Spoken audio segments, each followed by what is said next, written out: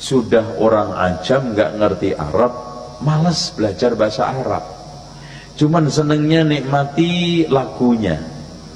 Makanya nggak aneh ada lagu-lagu Arab, qasidah padang pasir yang agak serono, yang menceritakan tentang hubungan laki perempuan yang sedang patah hati, disetel di masjid sampai ibu-ibu nangis-nangis saking khusyuknya. Contoh aja, Maqdir sering kan disetel di masjid. Maqdir, itu kan, Maqdir ala Maqdir, itu kan qasidah patah hati. Ceritanya ada orang yang menyambung hubungan cinta, putus, dia kecewa, nulis bait, wahai Maqdir. Maqdir itu nama pacarannya. Apalagi kalau sudah nyanyi qasidah burdah, lagu kebangsaan Majelis Ta'lim Jabotabek, ya Rabbi bil Mustafa. Padahal kalau kita tahu artinya, Masya Allah, ngeri loh. Ya akramal khalqi ma liman naludhu bihi siwaka inda hululil hadisil amimi. Wahai makhluk yang paling mulia, yaitu Nabi Muhammad, kepada siapa lagi aku berlindung ketika musibah menimpa kami kalau tidak melalui perantaraan engkau. Wa inna min judika ad-dunya wa dharrataha wa min ulumika ilmul lawhi wal qalami. Sungguh sebagian dari kedermawananmu Muhammad, pemberian dunia akhirat ini, rizki, dan sungguh sebagian ilmumu, ilmu setara lauhul mahfud dan catatan takdir. Kan? Ngeri nggak? Itu. Dan memang kenapa qasidah ini laris di karangan orang awam? Alasannya satu, orang awam banyak nggak tahu bahasa Arab. Dua, dipasarkan ustadz-ustadz. Tiga, memang dilakukan apa aja itu bisa. Untuk ibu-ibu ada sendiri. Ya Rabbi bil Mustafa balligh maqasidana waghfir lana ma madha ya wasi'al karami. Itu ibu-ibu. Remaja ada lagi nge-rap, ya Rabbi bil Mustafa balligh maqasidana waghfir lana, nge-rap. Bisa. Artinya dari sekalian, orang kan senang, tapi isinya nggak ngerti. Apalagi berjanji kan, kalau sudah acara maulidan, qiyam sholli ala Muhammad ya Nabi salam alaika ya Rasul salam alaika ya Habib salam alaika salawatullah alaika. Ayo semua kita. Asyraqal badru alaina fahtafat minhul budur. Ini kalau namanya orang kalau di kampung-kampung serakalan. Kenapa dikatakan serakalan? Karena ada baca asyraqal. Belum lagi yang salawat badar, hafal semua, padahal panjang, walaupun nggak pernah tahu perang badar. Nah, itu lucu, salawat badarnya hafal, perang badarnya nggak ngerti. Ya, lagi hilas tulil firdaus, wah, itu yang masyhur. Kados burdan sing aran Imam sinten Busiri niku kados. Niku ora usah alhamdulillah, ya ora usah salam, ora usah bismillah. Manjen ngarange niku mboten sengaja ngarang ape pamer. Ujug-ujug ngarang amin tadzakuri cironing dili salam imazas tadam anjaro memuklatim bidamin. Mosok gara-gara kangen wong ayu, mbok tangisi nganti air mata iku bercampur darah. Mazas tadam anjaro min muklatim bidam. Nganti terus dibanding.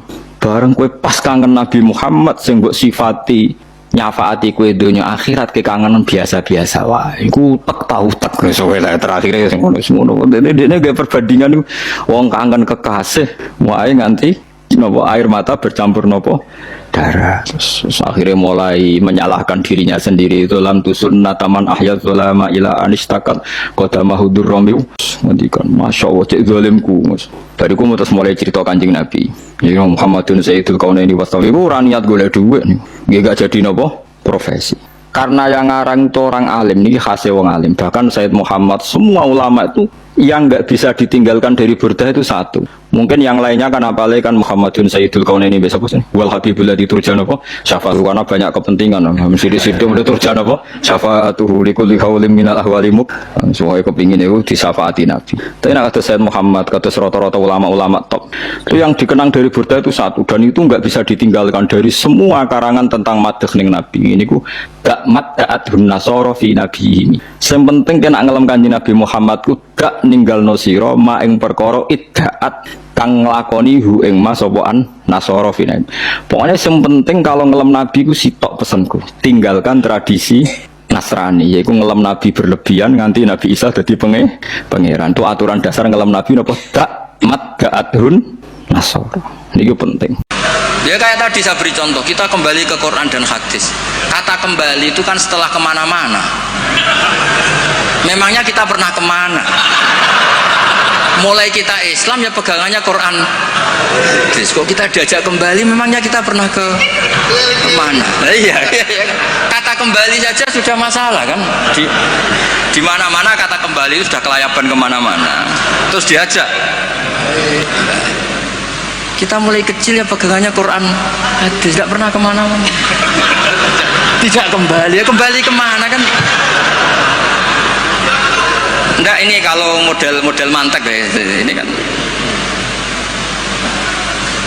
Ya nggak usah kembali ya, memang kita tidak pernah kemana-mana. Ya kan? Sederhana kan? Sudah kamu sekarang kembali apa sudah di situ? Kembali apa sudah di situ? Sudah di situ. Jadi sederhana sebenarnya, ngaji itu gampang. Illam yuwafiq afhama ulama ahlil haq al-akabir al-akhyar. Di sini disebut al-akabir al-akhyar. Ketika Mbah Hamid terkenal, Mbah Mun terkenal, Mbah Hashim terkenal, itu penting, itu rencana Allah. Supaya orang kalau terkenal itu barokahnya itu diuji oleh publik. Jadi terkenal itu tidak perlu kamu hasuti. Kalau Allah menghendaki supaya ada konsensus, karena ulama ini butuh ijma. Jadi enak anut wali yang terkenal dibanding wali versi-versinan. Paham ya? Ana wong misalnya nyuwun sewu rambutnya gondrong ning dhuwur gunung, ora tahu ketemu wong. Terus jare muridé iku sing mulang langsung Sunan Kali Jogo, tongkate Kali Jogo, klambine Antakusuma. Sing ngakoni mung wong loro. Wis wong loro oleh muni ngene, ndak semua orang tahu kalau dia wali. Waduh, ribet. Itu nggak boleh jadi pegangan. Di antara syaratnya pegangan itu asyura wal akabir, harus punya status besar. Karena ini lewat diuji. Berapa orang yang diceritakan meragukan kewalian Mbah Hamid, tapi gara-gara ngalami kasfud domair, apa yang ada di hatinya dibuka Mbah Hamid, akhirnya ikrar. Enaknya wali terkenal kan ada proses pengujian kan. Nah, wali ndur gunung muridnya mau loro cek bangga orang geruwong. Sing mesti kalimatnya orang geruwong, orang geruwong kebodhon kayak kue.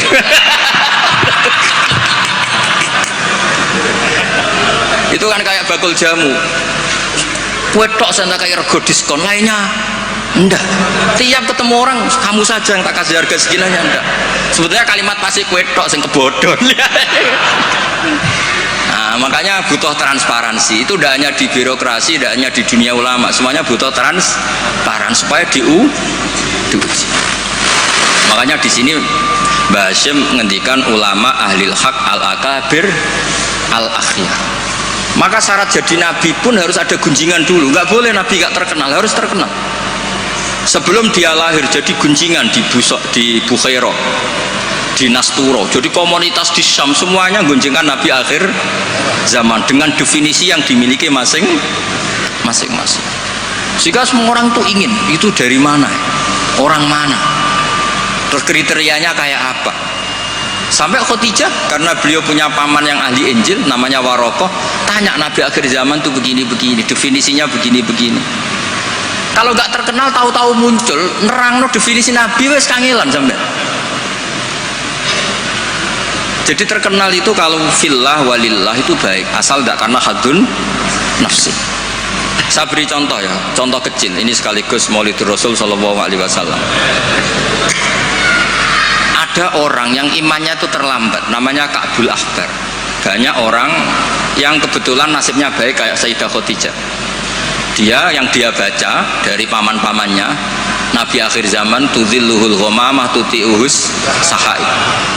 Fajrul jabini lailiyud dawai. Kebetulan yang dibaca itu, karena yang dibaca itu dia nyuruh Maisarah. Maisarah itu nama lelaki. Coba kamu ikut dagang Muhammad, semua yang kamu lihat ceritakan ke saya. Setelah ikut di Syam itu ya sekarang termasuk Lebanon, Syria ya, Jordan, pokoknya semua kawasan situ dulu namanya apa? Syam. Karena itu yang persisnya itu entah mana, tapi ada yang bilang termasuk ya Palestina, Israel, pokoknya semua situ dulu namanya apa? Syam. Nah, dulu ada tertentu dibilang Ariha, dibilang apa, tapi itu semuanya dulu namanya Syam. Ada pohon yang kalau ada Nabi itu mereaksi, Nabi itu nggak boleh mikir, dia nggak boleh tahu. Jadi Nabi itu misalnya matahari dari barat, beliau ya tetap saja duduk di arah barat, nggak mikir kalau ke arah barat itu ketemper matahari itu nggak mikir. Memang syaratnya Nabi itu nggak boleh mikir. Memang dekat Allah sehingga semuanya, ya memang begitu. Ma kunta tadri mal kitabu walal iman. Kalau Nabi mikir kok tak adik, jumpapanku kapan ya? Supaya diarani Nabi carane piye? Makanya Nabi itu harus ummi. Ummi itu tidak tahu apa-apa. Tapi di bab Nabi itu sifatu madkhin, bukan sifatu dzammin. Kalau kamu ummi kan sifatu dzammin. Kalau kamu goblok, goblok betulan itu.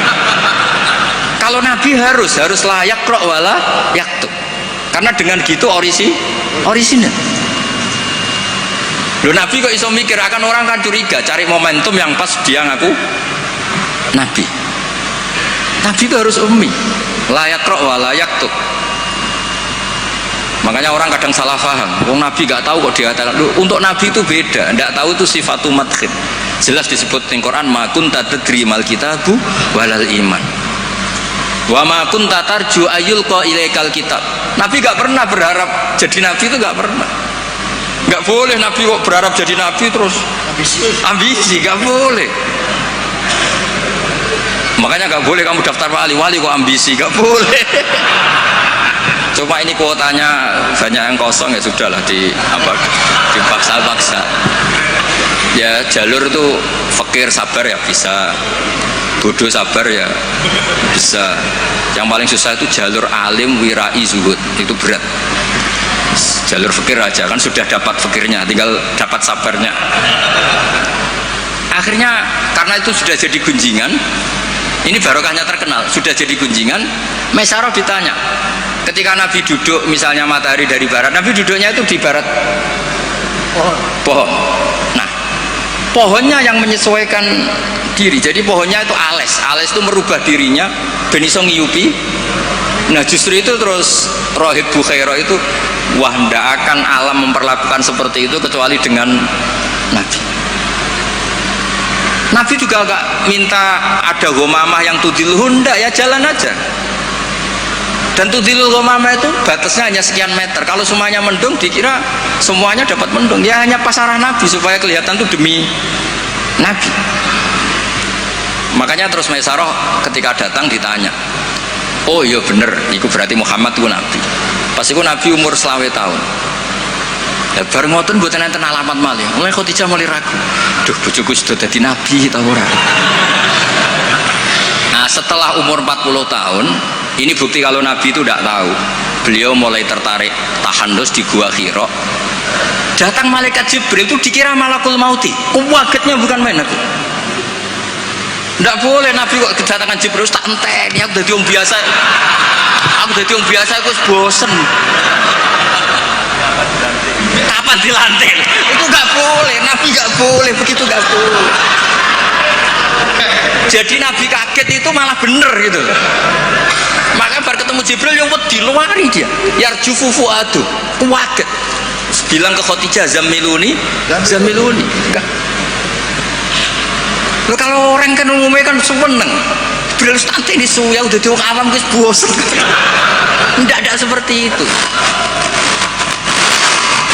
Clear nih guys, benten. Jadi Nabi itu nggak tahu. Makanya wahyu disebut fujah, kaget.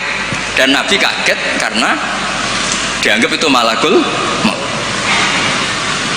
Wes bareng minta zamiluni itu sama Khadijah dikemuli terus cerita.